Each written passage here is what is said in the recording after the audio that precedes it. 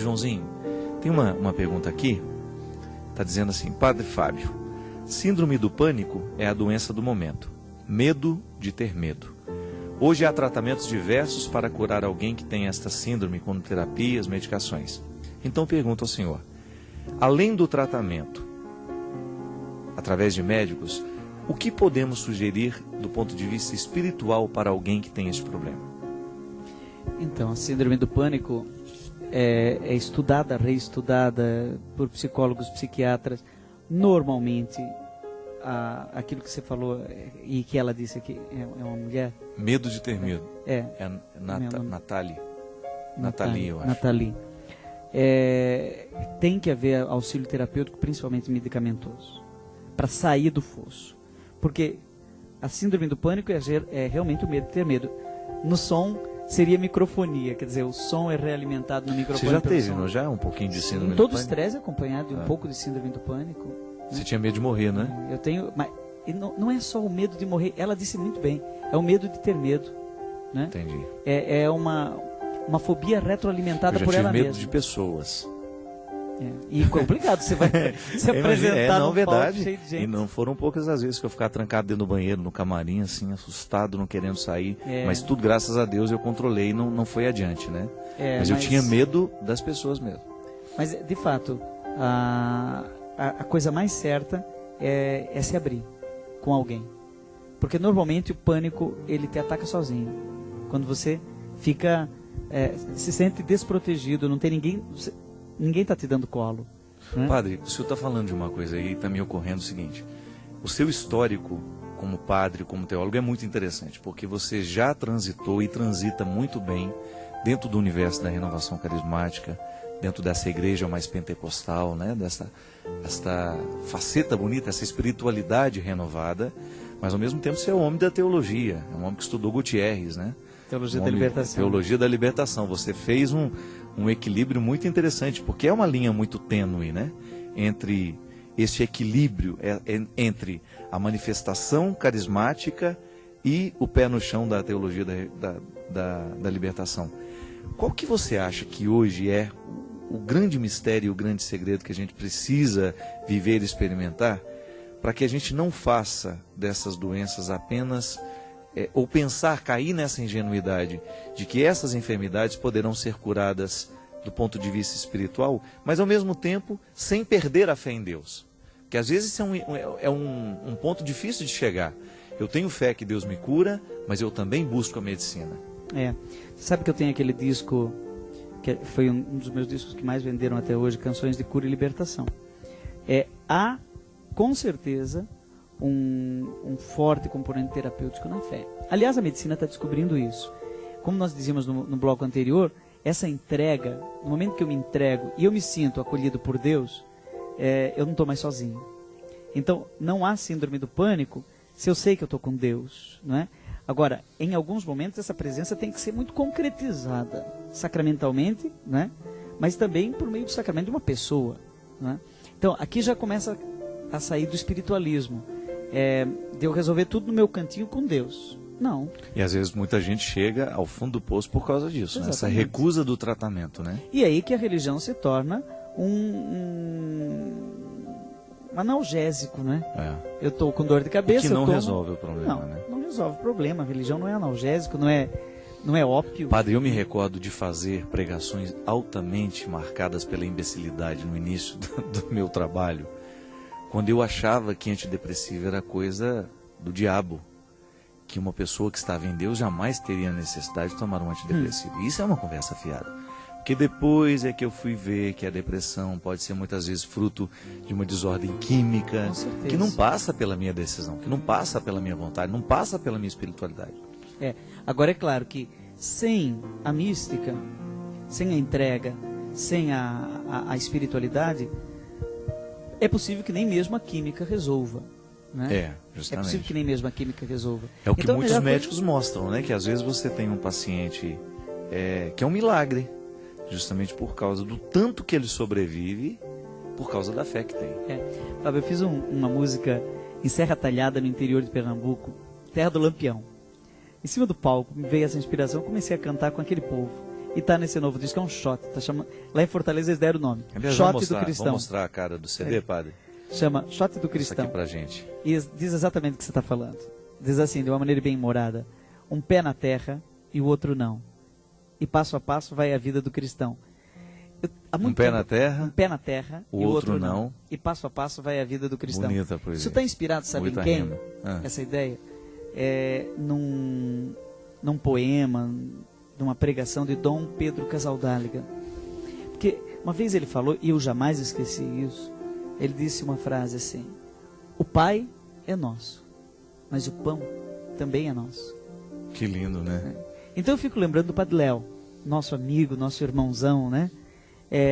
Que colocou como última frase célebre da sua vida: buscai as coisas do alto. É isso. E a vida inteira ele buscou as coisas do alto, mas também buscou as coisas da terra. O pão, buscou o Pai no céu e buscou o pão na terra. A Comunidade Betânia, né, padre? É uma comunidade desdobramento terapêutica. lindo, né? Ela não chega para um dependente químico e diz assim: não, no céu você vai... Busca as coisas do céu, deixa... Não, claro, busca as coisas do céu, mas larga isso daqui na terra. Né? O Léo começava, é interessante, eu me recordo de que algumas situações, o tratamento das pessoas, eles começavam arrumando os dentes. E uma vez eu perguntei: Léo, mas essa pessoa não precisa mais se libertar da droga? Mas olha a feiura que ela tá. Ele falava para mim: viu, se uma pessoa sem dente desse jeito pode recuperar de alguma coisa? E eu achava linda. Aí eu se falei a vida assim, dá uma droga, né? E eu virei e falei assim: mas e se depois que você consertar os dentes já foi embora? Já valeu. Ele falou: vai voltar mais bonita. Então, e aí buscar as coisas do alto, né? A capacidade que o Léo tinha de fazer essa ponte entre espiritualidade e humanidade. O Léo sempre leu Teologia da Libertação, sempre leu e sempre viveu renovação carismática. Há muita gente que consegue fazer essa ponte. Muitos não falam isso explicitamente por timidez. Eu acho que a Toca de Assis é uma síntese louca, né?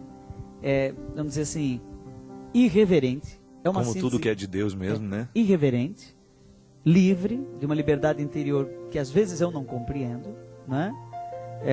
Em algumas coisas, mas admiro, né? Admiro todos que acolhem os pobres.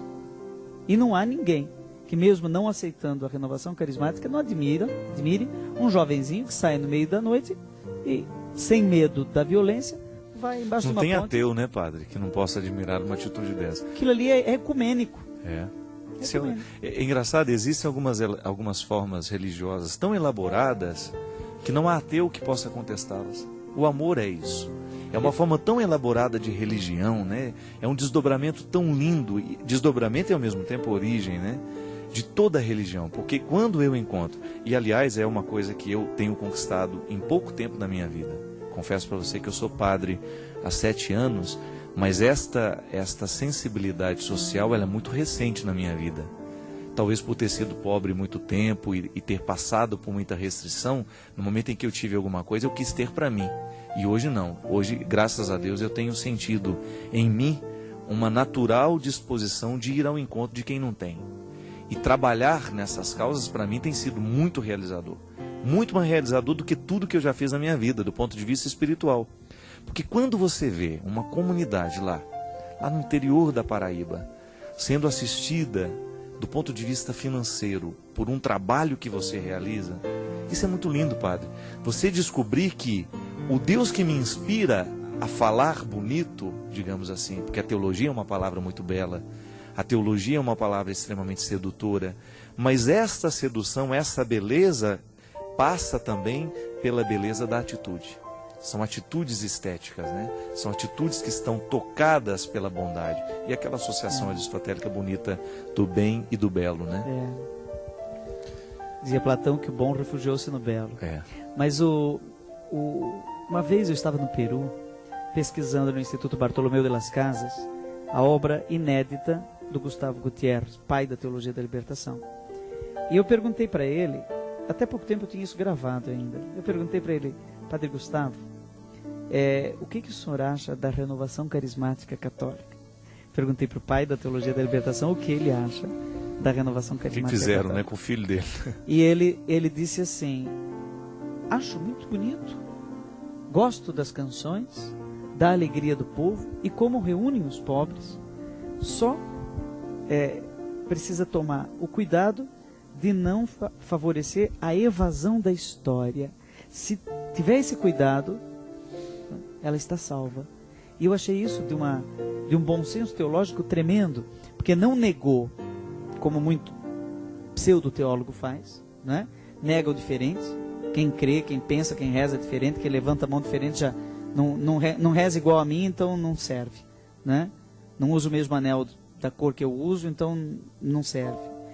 Então é espírito de time, é um pouco tribal demais. Tribal, É tribal. Tem uma reflexão interessante do Lomarnoff, que dentro da filosofia clínica, que ele fala que muito processo religioso é retorno ao tribalismo.